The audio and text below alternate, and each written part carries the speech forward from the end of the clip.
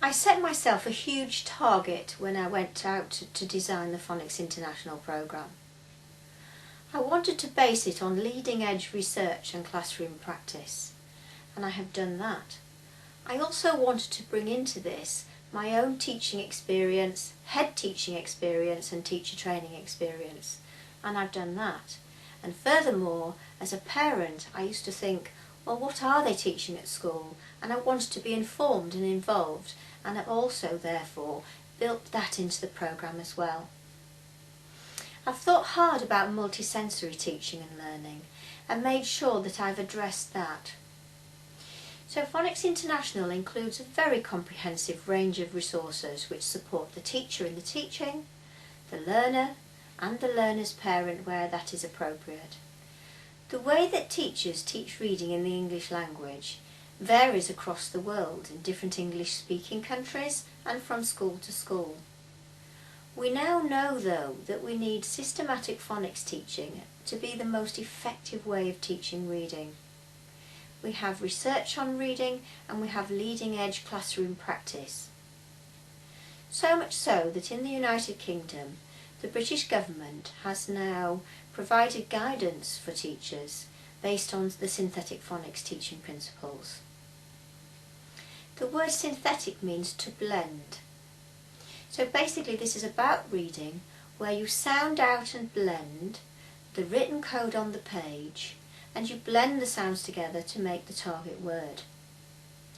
Phonics International excels in the range of resources and supportive teaching and learning material that it provides, starting off with the English alphabetic code as shown on these overview charts.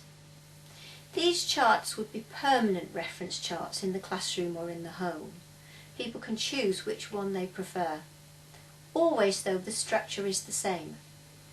The sounds of the English language are depicted down the left-hand columns of the charts, and the spellings of the English language are shown across the rows. This one in particular is colour-coded. Each colour refers to a unit of work in the Phonics International programme. There are 12 units of work. This means that where certain graphemes are shown with different coloured background, on the web page of that unit you can find all the material for each grapheme. Now, not only are we teaching letter-sound correspondences, we need word-level material, sentence and text-level material associated with each letter-sound correspondence and provided in a form which we call cumulative decodable text, meaning that we only ask learners to read information where we've already taught them the letter-sound correspondences.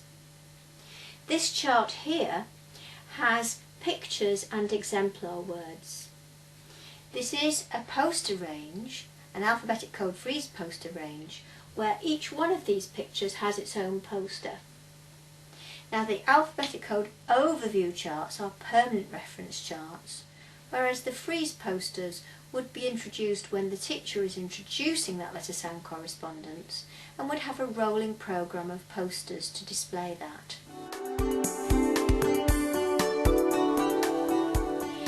In addition to your alphabetic code overview chart, there's a whole range of comprehensive posters to support the teaching and learning of all of these letter-sound correspondences. Here are just very few examples. There's an alphabetic code frieze poster range. There's a grouping the spelling alternatives range, where old learning is revised and new learning is introduced for the target sound or phoneme. There's a picture poster range in Units 1 to 6, where the target grapheme is heard and understood in all positions of the word.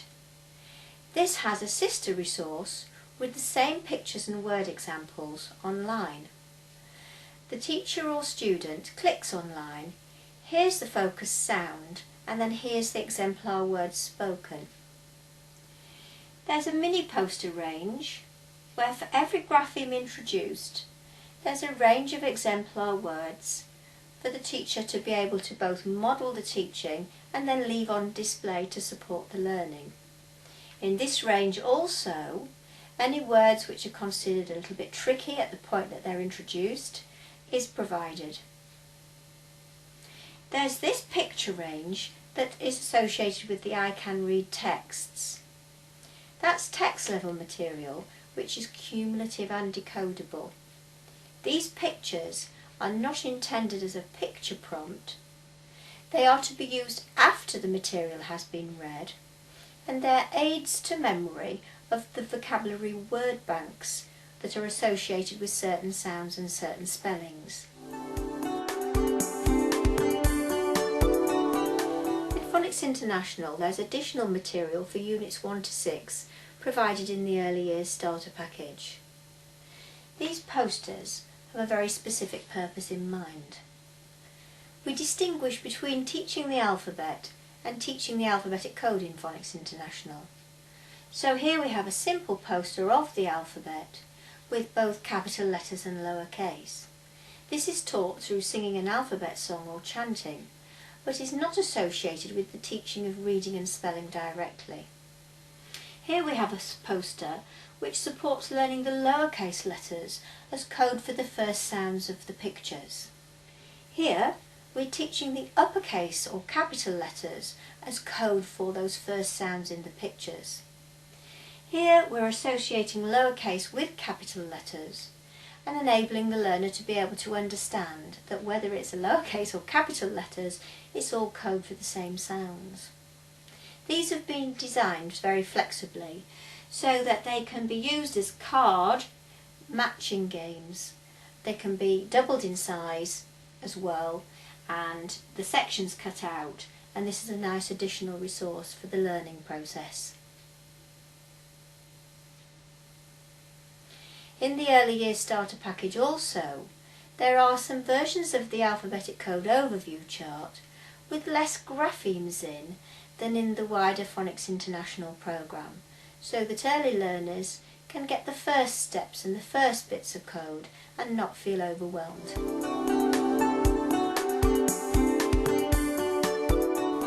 Within the Phonics International programme, there are a very large number of teaching and learning aids which are very helpful for introducing quality teaching and for providing games and activities for the learner to take on board the learning. This is just the merest small selection. But for every one of these there has to be a specific activity that the learner achieves. All of these have learning intentions. These can be used for both reading purposes and spelling purposes. So for reading we work from print to sound. The teacher points to graphemes and the learner says the sound. In reverse, for a spelling sub-skill, the teacher says the sound and the learner points to the graphemes.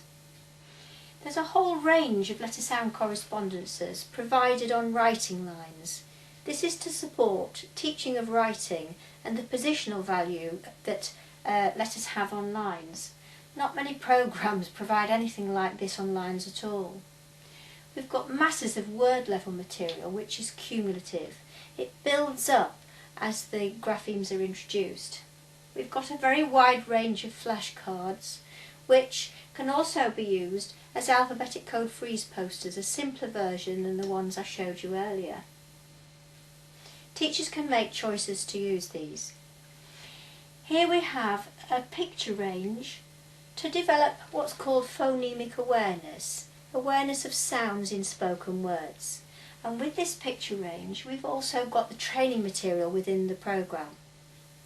We have various games and activities for teaching reading, spelling and handwriting throughout the programme, and all of the guidance is given within the programme. A very important poster range in the programme are the Say the Sounds posters.